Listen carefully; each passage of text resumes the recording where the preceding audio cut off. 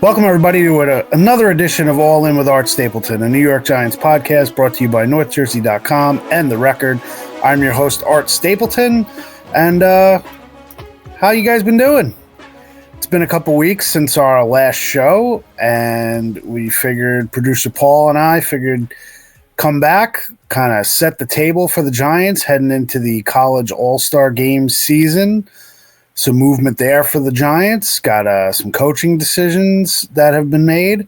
We'll get to that. And we're always talking draft and talking quarterback and what that means for the Giants over the next couple weeks heading into the combine and then free agency.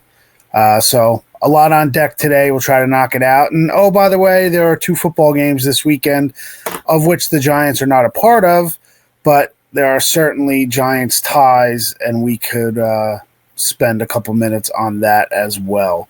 But first off, I want to talk about the coaching changes on the staff since we last had a show. Jerome Henderson, the defensive backs coach, secondary coach, and passing game coordinator, and Mike Trier, the safeties coach, both fired by the Giants, which admittedly was a little bit of a surprise for me considering they wanted consistency and continuity. I don't know necessarily if it was these 2 guys were bad coaches. Well, I know they're not bad coaches. I know the performance this year on the back end, it's always a give and take. The Giants didn't necessarily pour in experienced talent into the secondary for the Giants this year. So for Henderson and try to work with. Now, I did have some talent. Obviously, Tyler Nubin came in at safety, and Drew Phillips came in at nickel corner, even though he played a little bit on the outside. But, that'll be interesting to see if he does that moving forward, if he plays a little bit more on the outside. But that'll be the determination of the new secondary coach and pass game coordinator is Marquand Manuel. Stays in New Jersey, was in Florham Park for the last 4 years under Robert Saleh. He is now leaving the Jets to come to the Giants. Former player in the NFL. I've heard some good things about him. I've watched some videos on him. One I posted on the timeline last week when I mentioned Manuel as the guy when he was interviewing with the Giants. Told you that was the name that I had heard to watch out for, and then a week later he ends up getting hired. Still not official from the Giants, but it's official. I've gotten confirmation from inside to know that Manuel is kind of the next secondary guy. They will hire a safeties coach as well, I believe, or not. I shouldn't say that. Since Manuel has had his experience with safeties, I think there's a good chance that they hire a cornerbacks coach. So kind of flip the roles a little bit from what Henderson and Trier did to what Manuel and a new position coach or sub-position coach, I guess you would call it, to be somebody who works with the corners. One secondary coach that is returning is Mike Pops Adams. He's back on Brian Dable's staff. He's still under contract. He will be back. He went from assistant special teams coach to last year was the assistant DBs coach. Mike played a lot of safety in the NFL for, I think it was 16 years. So he kind of shifts to safety, but he also played in nickel.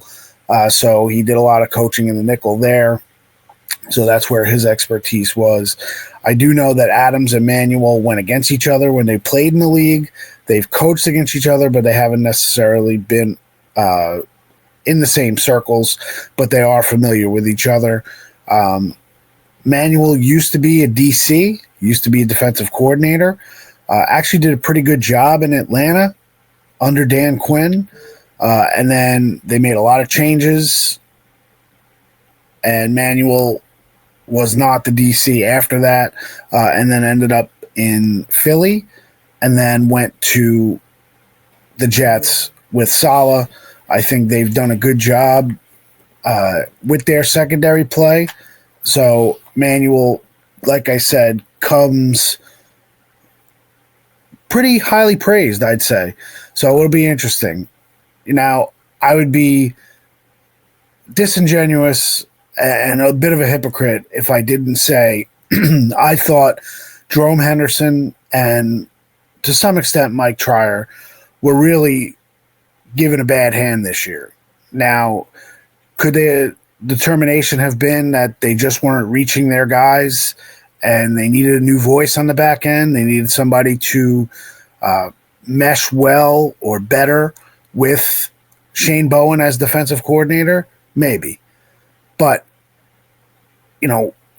I don't like the idea. I don't like the feel that it's being painted as these guys were scapegoats.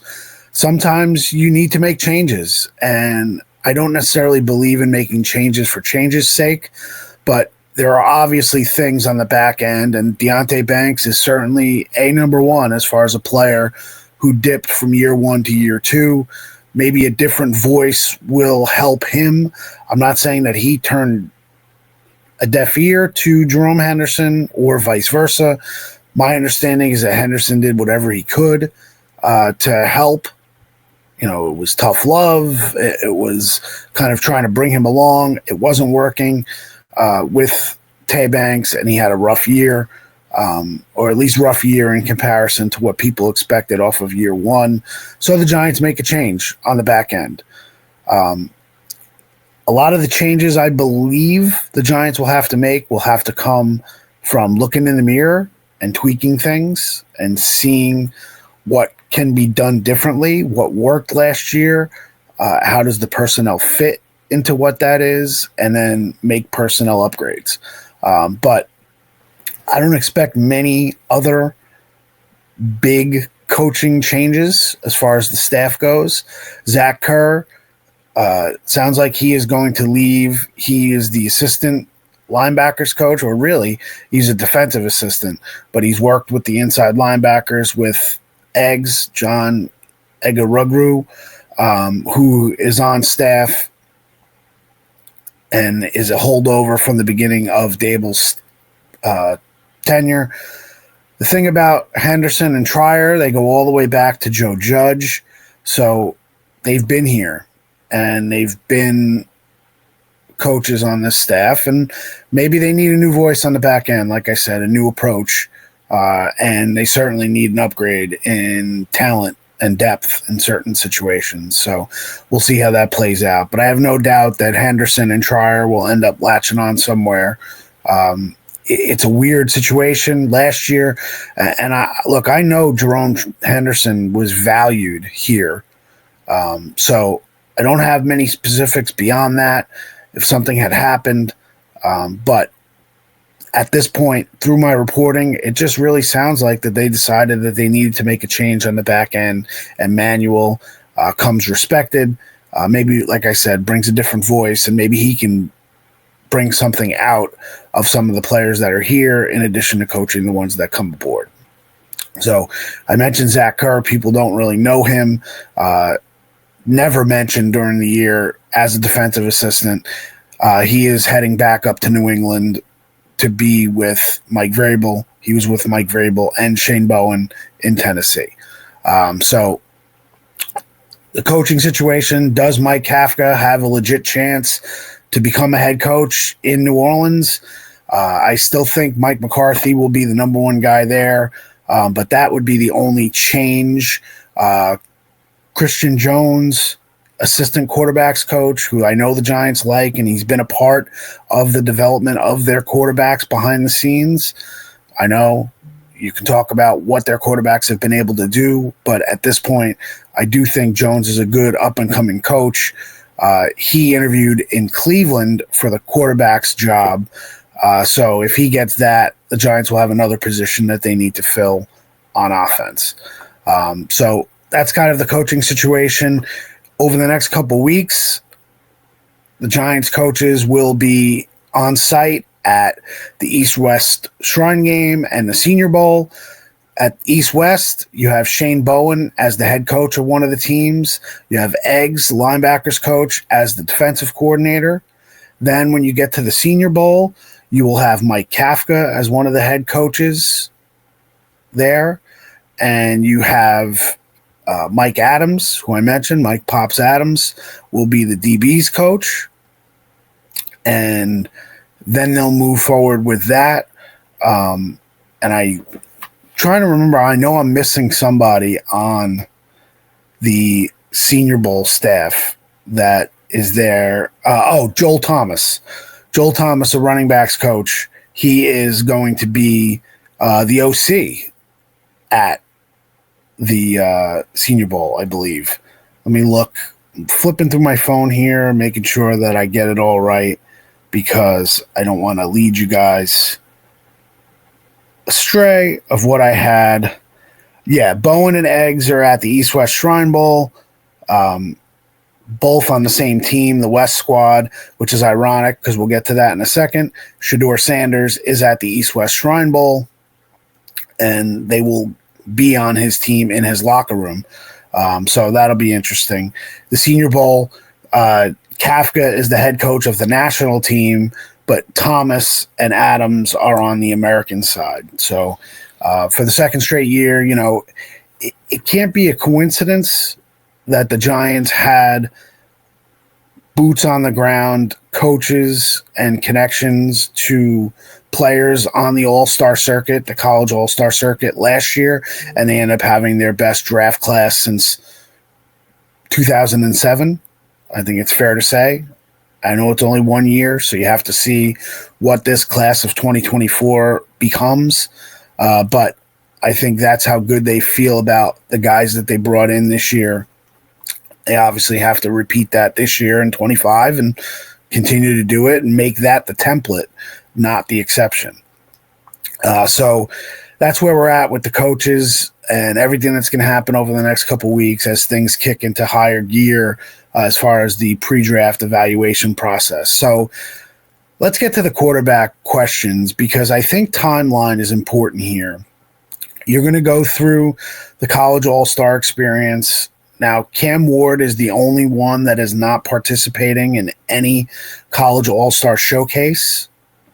I think that might have been why Joe Shane and Tim McDonald were at the Pop-Tarts Bowl, to see Cam Ward up close and personal in what was his final college game. Everybody else will be somewhere over the next 2 weeks, whether it's at the East-West Shrine Bowl with Shedeur Sanders or the rest of the guys at the Senior Bowl with Dart and Milroe and where they fall, in addition to everybody else that they've been watching. And then, of course, the Combine comes up the last week of February, and that will be a huge draft presence. But what coincides with that is the free agency search. And it needs to be said that the Giants will sign a quarterback in free agency. It just depends on which tier they pull from and what their expectations are. Because right now, the only quarterback expected to be on the Giants roster when the new league year starts is Tommy DeVito. And that's because he's an exclusive rights free agent. There's no reason to decline the exclusive rights free agent situation. There's no guaranteed money. And, Tommy DeVito has proven that he can step in and be a player in your quarterback room. That's not saying that Tommy DeVito is the savior at quarterback. But when you have a quarterback in this league that you can at least know that you can go into a game and you can play him, until you see how things play out in free agency and in the draft, there's no reason to toss Tommy DeVito aside right now. So timing, to me, says DeVito will be back for this season. And then you see how the season plays out. The offseason program, OTAs, minicamp, training camp, and then you go into the season. So will Tommy DeVito still be here in training camp or beyond that? Well, it depends on what the Giants end up doing at quarterback and where DeVito is in his development. But I think the Giants will likely sign at least 2 quarterbacks before the start of OTAs. You want people in the building. You want players. You want eyes on players. You want guys to be able to run this offense in the offseason. And then remember, the draft doesn't come until the last week of April.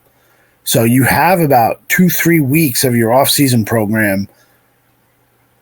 Do you really want to have one quarterback or two quarterbacks running that program? I know it's the on-field stuff. You're not really worried about that, but you're going to thrust a rookie in first week of May and say all of a sudden you want that rookie to be running all of your stuff. It's unlikely. So that's kind of where we're at. Getting some updates here, live updates. The Raiders have a new coach, and that is Pete Carroll.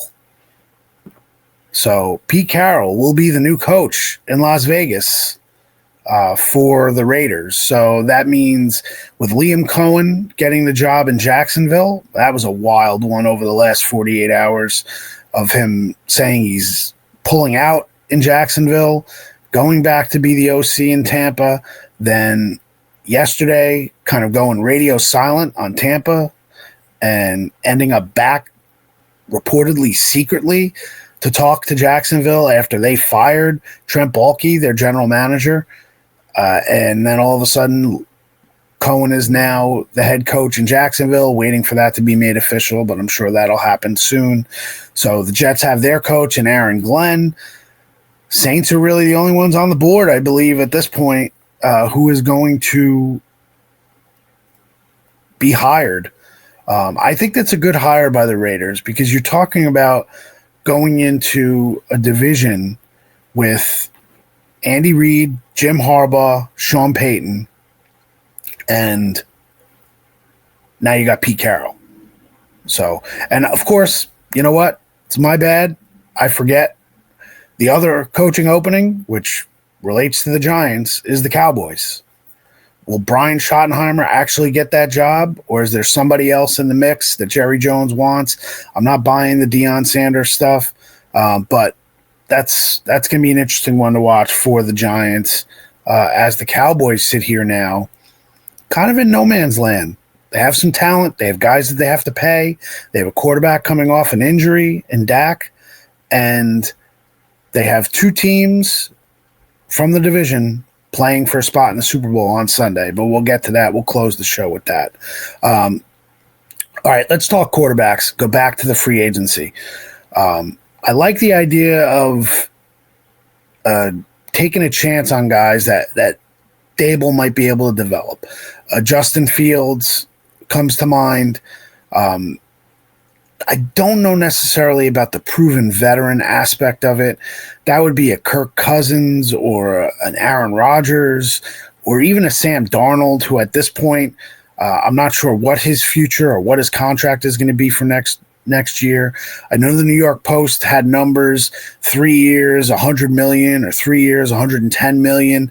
I don't know if I'm ready to make that kind of commitment to Sam Darnold to run this franchise, especially if I'm Joe Schoen and Brian Dable, and I don't know what next year is going to bring. So I don't like this dynamic of the idea of, well, they're on the hot seat, they have to make a decision now.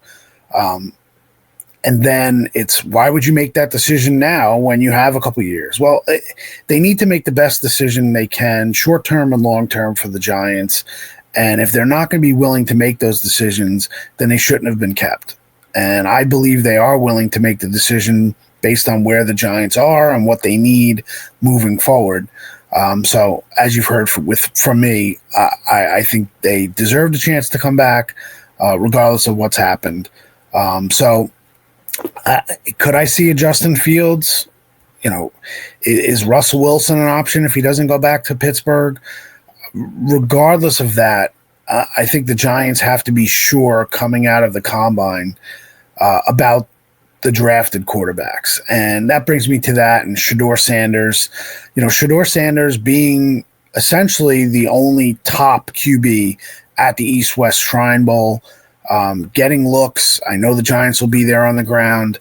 It's important for him. But this idea that all these knocks against Shedeur Sanders and what he can't do, and he doesn't have his arm strength is terrible, and he's not going to be able to throw in the wind in the Meadowlands, and you know he takes too many sacks, and you know he's not a great athlete.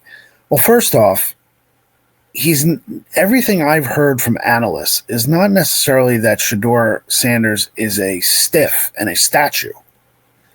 Is that he's not the level of athlete that his father, Deion Sanders, is.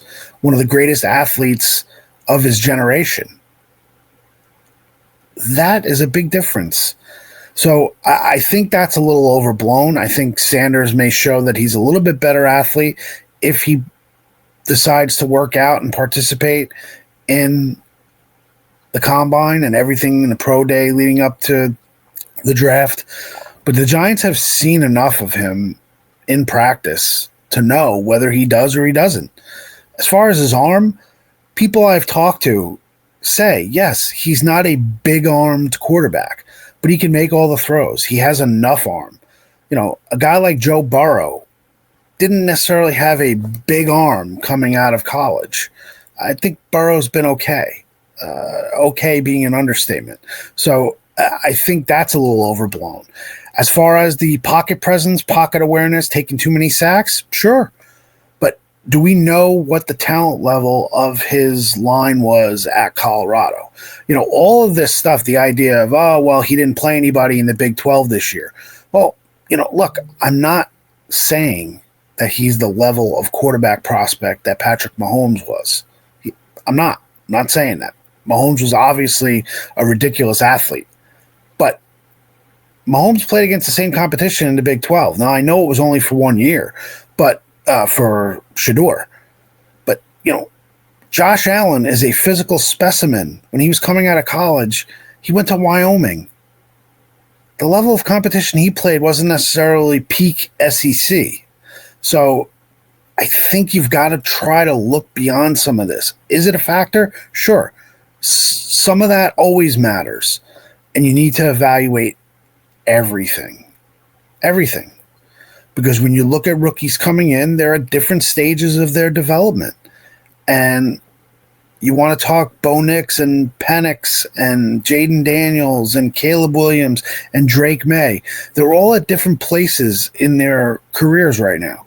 Where will they develop into? Well, a lot of it has to do with setting, who's around them, and who's coaching them, and themselves, and injuries. So it wasn't long ago that in the NFC East, the quarterback that was going to be a nightmare for 10 years, for a decade, was Robert Griffin III. Then he got hurt, and then everything changed. So, again, I've seen enough to know we've got to stay in the moment. I know we want to project. We want to keep projecting, but you got to stay in the moment when you're assessing these guys. So my gut tells me at this point, now the other part of this quarterback draft situation was Mike Borgonzi, the new GM, comes from Kansas City, was in Tennessee, had his press conference, talked about when you have the number one overall pick, you just want to take generational talent. Now you talk to draft experts, people around the league, the only true generational talent that's being talked about right now is what Travis Hunter might be able to do if he stays at wide receiver or corner. I think he's a corner, but that's either here nor there. So was that shooting off a flare to the teams behind them saying, we're willing to not take a quarterback, come up and get our pick? Remains to be seen. I know that, you know, if that happens, then the Giants will be sitting there at 3 and have whoever's there between Cam Ward and Shedeur Sanders. There is something to like about both players. There are things to knock about both players, Ward and Sanders. The thing I like about Sanders the most, and we'll just talk Sanders because I've talked a lot of Ward going back to when I was at the Heisman and you know, we had the chance to talk to Cam.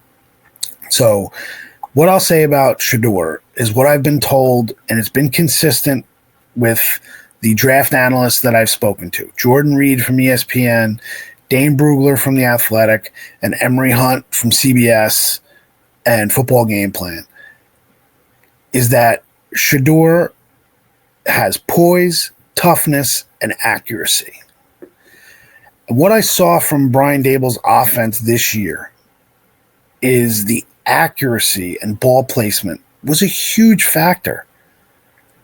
And that's the one thing that they just could not fix was accuracy. And the way this game is being played now, like, yes, you need to make all the throws. Yes, you need to have pocket presence. Yes, you need to be able to analyze the field and process plays very quickly. All of these things have to be determined with meeting these prospects. And that's what we saw on Hard Knocks, the sweet meeting at Lucas Oil Stadium in the Combine when they got together with Jaden Daniels and Caleb Williams and Drake May. Those meetings are essential, and we got a taste of how Brian Daboll runs those meetings. I'd love to be able to see him run those meetings with Cam Ward and Shedeur Sanders and Jalen Milroe and Jackson Dart, but we're not going to see that footage because we don't get Hard Knocks offseason this year with the Giants. But that's what you need to have. And if I'm picking a quarterback, I want toughness, I want accuracy, I want poise. All that sells to me. I can build around the rest. Now, if I believe that Shedeur Sanders is just not a good athlete and he has a noodle arm, like some of you are saying, well, and he's going to bring a circus, look, he's not prime time. He's not his father. Shiloh, his brother, the DB and safety, who may end up somewhere in the league, he's more like Deion. You saw it in the Alamo Bowl. Makes a pick, is dancing, doing a Deion dance. That's not Shedeur. Shedeur is more focused and really just, yes, confident, but it does not have the kind of flash that people associate with Deion Sanders. So I think it's a little overblown at this point. Now, if teams are going to get into meetings with Shedeur and he's going to talk the way his father talked, well, then, you know what? Then maybe I shy away a little bit. But I'm not worried about the cameras because no matter who comes here to play quarterback for the Giants, there will be cameras. You need to be able to handle it. And Shedeur Sanders has handled being Deion Sanders' son for a while now. He knows what that's like. So that's where I'm at with that. I'm not off Shedeur Sanders. I am not off Cam Ward. I am not on 100% Jackson Dart or Jalen Milroe or Kyle McCord from Syracuse, who's another guy that's being talked about. Will Howard from Ohio State. Now all of a sudden he wins a big game and everybody's like, you know what? Maybe Howard is a guy to develop. Sure, maybe there are guys to develop here. But when you look at what Jaden Daniels has done in Washington, and then you go back a year and you look what CJ Stroud did in Houston, there's no question that the quarterback makes a huge difference. He does. And for everybody who wants to say, well, look at Washington, they changed ownership, they changed GM, yes, all of that matters. The culture needs to win behind the scenes. You need to have a good process. The Giants believe they do. We're going to find out. Because right now the results are what they are. But when you look at where they're at and where Washington is, Washington on Sunday has nothing to do with new ownership, Adam Peters, the coaching staff. The coaching staff matters. But let's not forget, Washington would have hired Ben Johnson last year instead of Dan Quinn. But Ben Johnson left them at the altar. Now Johnson's in Chicago this week, taking over that job. So I think that's a good transition to talk about just Sunday's games. How you feeling, Giants fans? Look, I can take the emotion out of it in my job, and I don't have to look at this and say, well, woe is Giants. And I wrote a column earlier this week, if you haven't seen it. To me, the Giants are a punching bag. They're a punchline in the league. Just do your best to build from it, to be motivated by it. As a fan, I know it's tough. You don't want to see Philly and Washington. You don't want to see Saquon running for 2,000 yards and taking shot after shot after shot from people around the league about Saquon Barkley and how could the Giants let him go. I'll tell you one thing. If the Giants had signed Saquon Barkley, they would have taken shots all year about how could they not win with Saquon Barkley. Why'd they sign him if they were only going to lose with Saquon Barkley? And the whole Jaden Daniels stuff, how Joe Shane is getting ripped because he didn't trade up for Jaden Daniels. Washington wasn't trading that pick. And all I hear about is Tommy DeVito. It was Tommy DeVito's fault. He went and won 3 games. Do you remember those 3 games? Yes, he played well in Washington for that first win. The second win, New England missed a field goal at the buzzer. It would have gone into overtime, and it certainly felt like the Giants were going to lose that game had it gone to overtime. And the third game, the Monday night game against Green Bay, yes, Tommy DeVito won that game at the end. That drive, he had an unbelievable throw to Wan'Dale Robinson to set up the game-winning field goal. And so, yes, give Tommy DeVito credit for that. But this whole idea that Tommy DeVito cost the Giants a chance at getting Jaden Daniels, teams are going to fight to win games. And I'm not saying it's right or wrong, but they are. And you got to let it go at some point. If you don't let it go, it's going to drive you crazy for another decade. And that's just, you can't play those games. You can't go into a draft and say, oh, if we would have taken Micah Parsons, if we would have taken this guy, if we wouldn't have taken Kadarius Toney, and we would have taken the offensive lineman for the Chargers, or if Rashawn Slater, or we would have, maybe we shouldn't have taken Malik Neighbors. We should have taken Bo Nix or Mike Penix.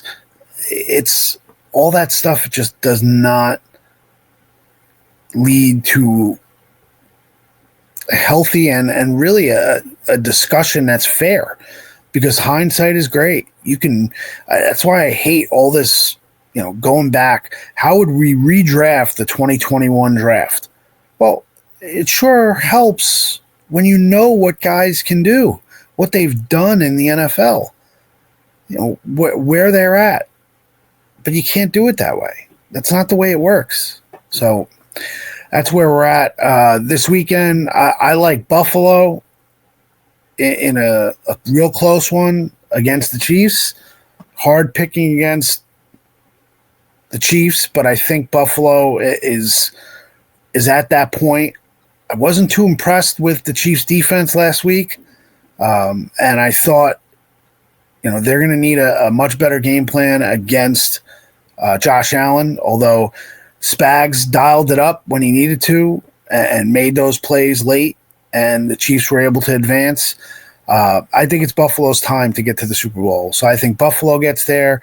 And I think the Eagles, the one guy that's not being talked about too much for the Eagles, it's all Saquon and not enough Jalen Hurts. I think Jalen Hurts, if the weather is decent on Sunday, which I think it will be, I think he makes 1 or 2 plays that makes the difference for the Eagles to win that game. So I think it's Eagles-Bills on Sunday, and then we go to Super Bowl LIX, Super Bowl LIX. Coming up, Eli Manning vote February 6th for the Hall of Fame. I think it's going to be a dicey one. It's going to be very close to see if he's a first ballot Hall of Famer. I have a big story coming out on his legacy next week. I talked to Ernie Accorsi. I went through all my reporting through the years of quotes from various people, big names about Eli Manning, so kind of gave you a big picture look. That'll post on Thursday of next week. And if you check out our newsletter today, if you got it, I had stories from teammates and people who close to Eli who gave me some stories through the years of why he's the biggest prankster in the world, which we all have heard, but I think it's always fun to kind of read that stuff again. So that's where we're at. I think, at some point we're going to get into our mocks. I think where the Giants are sitting at third, it's either going to be the 2 quarterbacks. You've got Abdul Carter, the pass rusher for Penn State. You've got Travis Hunter, who I mentioned, who I think is more a corner sprinkled in on offense rather than a wide receiver. If you view him as a wide receiver, I don't think the Giants are taking him at that point. You've got Will Johnson, who is the corner from Michigan, who, talking to Dane Brugler, he has Hunter well ahead of Will Johnson at corner. So I'll respect his opinion at this point. And then Mason Graham, the interior defensive tackle. I think that's a big spot for the Giants this year. You got to get another player, get more talent next to Dexter Lawrence. It's one thing to constantly give your defensive coaches up front, Andre Patterson, Brian Cox, players who they can develop. Elijah Chapman, they did a great job with, 7th rounder with Riley and, Jordan Riley. And then you've got DJ Davidson, a 5th rounder, and all this stuff. The bottom line is, I want to see what those guys can do if you put a 2nd or 3rd round pick next to those guys. And God forbid you pick a 1st round defensive tackle and put him next to Dexter Lawrence. What is that going to look like? So I think the most likely situation for the Giants, if the quarterbacks aren't there, will be corner, pass rusher, or defensive tackle. Plays right into what they need. And how they can boost. You're never going to walk away from a corner. You're never going to walk away from an edge rusher, and you're not going to move away from a defensive tackle, especially a guy who can have a presence in this league next to Dexter Lawrence. So that's kind of where we're at. Appreciate you guys hopping on and listening. Enjoy the games this weekend. Belated happy birthday to my wife, and we will be back when news warrants. Probably within the next couple weeks, but we will see. Make sure you keep following everything on NorthJersey.com and in the print editions of The Record. For Paul Wood, I'm Art Stapleton. Thanks for being all in. We're still all in, and we're heading into 2025, looking to give you the same coverage that you expect from us. Nothing but the best. Appreciate it. Everyone have a great weekend. Enjoy the conference championship games on the road to the Super Bowl.